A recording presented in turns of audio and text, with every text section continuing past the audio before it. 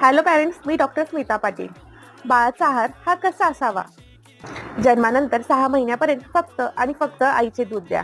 आईच्या दुधामध्ये proteins, antibodies आणि पचनसुलभ साखर असते, जे की बाळाचे इतर आजारांपासून संरक्षण करते.